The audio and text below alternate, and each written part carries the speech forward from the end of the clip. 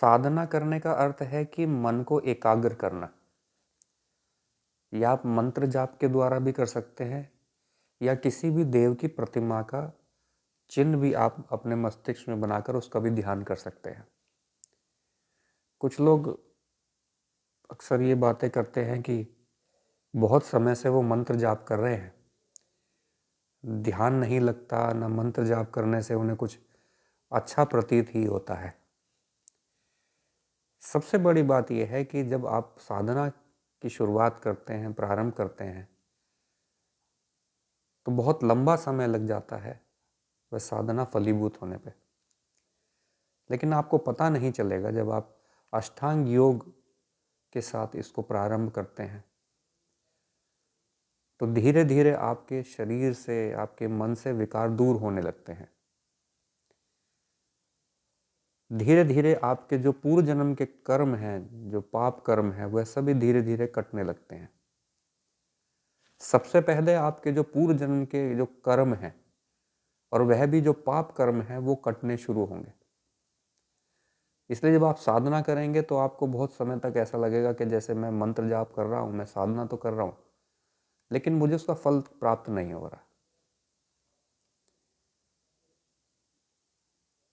जो आपने पहले जो कर्म किए हैं आखिर वो तो भोगने पड़ेंगे। वही कर्म धीरे धीरे कटेंगे, किंतु जो साधना आप कर रहे हैं उसका तेज भी आपको साथ के साथ मिलना प्रारंभ हो जाएगा। आपको पता नहीं चलेगा, लेकिन वो तेज आपको प्राप्त होगा। मंदिर में घंटी बजाने से, आरती करने से ये साधना के रूप में नहीं आते, या किताब आप पढ़ रहे हैं, पुस्तक आप पढ़ रहे हैं, तो ये साधना के रूप में नहीं आती। मंत्र जाप करना, देव में मन को एकाग्र करना, परमात्मा की तरफ मन को एकाग्र करना ही साधना कहलाता है। साधना 1 घंटे से यदि कम की जाती है तो वह साधना में भी नहीं आती। 1 घंटे की जो साधना होती है वह लघु साधना होती है। 1 घंटे से जो 2 घंटे तक की साधना करी जाती है, 2 से 2.5 घंटे तक की साधना करी जाती है, उसे मध्यम साधना बोलते हैं। और जो 3, 4, 5, 6 घंटे तक इतना पर्याप्त है। जो 6 घंटे, 5-6 घंटे तक साधना की जाती है वह दीर्घ साधना कहलाई जाती है। उसका फल उत्तम होता है, जल्दी साधक अपनी ऊंचाइयों को प्राप्त कर लेता है, लेकिन यह इतना सरल नहीं है। इसलिए निराश न हो। साधना जीवन का एक बहुत कठिन मार्ग है। परमात्मा साधना केवल कुछ ही व्यक्तियों को चुनता है, साधना के लिए कुछ ही व्यक्तियों को चुनता है, हर व्यक्ति को नहीं चुनता। यह मुक्ति का मार्ग है, मोक्ष का मार्ग है। ईश्वर ने बहुत चिन्हित लोगों को साधना के मार्ग पर लगाता है, उसी को आगे बढ़ाता है। मोक्ष तक हर किसी व्यक्ति को पहुंचने का अधिकार प्राप्त नहीं है। बहुत से लोग जो है मंत्र जाप करते हैं और साथ में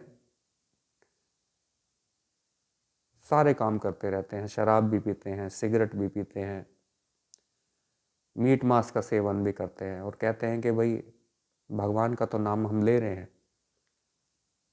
या वो मंगल को, शनिवार को, बृहस्पतिवार को 2-3 दिन छोड़ देते हैं। कहते हैं कि हाँ, मैं 2-3 दिन तो खाता ही नहीं हूँ, बाकी दिन खाने में क्या हर्ज है।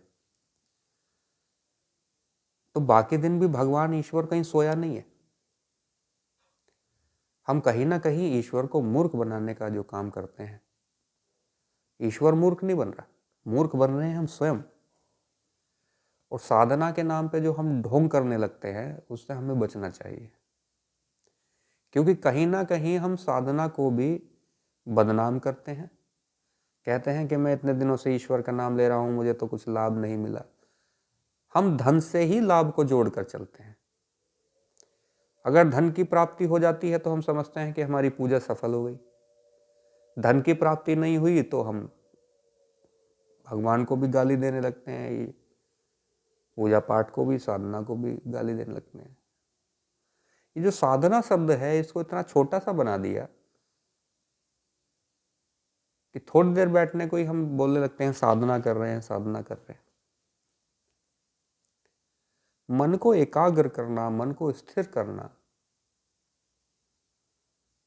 और अपने अंदर से जो हमारे अंदर जो विकार उत्पन्न हुए हैं, जो मन के विकार उत्पन्न हुए हैं, शरीर के विकार उत्पन्न हुए हैं, उनको दूर करना।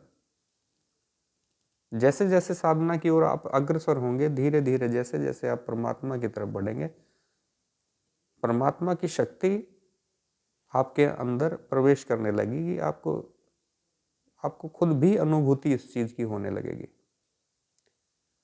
लेकिन विशेष बातों का ध्यान रखना है, उल्टा सीधा नहीं खाना है। जल्दी सोना है, जल्दी उठना है। ऐसा नहीं है कि कुछ भी मिला कुछ भी खा लिया, कभी भी सोने को मिल गया कभी भी सो लिए, कभी भी मन में क्रोध उत्पन्न हुआ क्रोध करने लगे, गाली गलौज करने लगे। तो कहीं ना कहीं हमें इन चीजों से बचना पड़ेगा, तब हम साधना की ओर अग्रसर होंगे। ये भी साधना का ही प्रारूप है। जब इन चीजों पर हम नियंत्रण करने लगते हैं, तब हम साधना की उस सीमा को, चरम सीमा को प्राप्त करने के लायक बन जाते हैं। तो घबराए ना, अपने अंदर एक इच्छा शक्ति को बनाए और परमात्मा के मार्ग पे आप सभी लगें। मेरी ईश्वर से प्रार्थना है कि जो भगवान के मार्ग पे लगे हैं निराश ना हो, निरंतर अपने प्रयास में आगे बढ़े। जय हनुमान।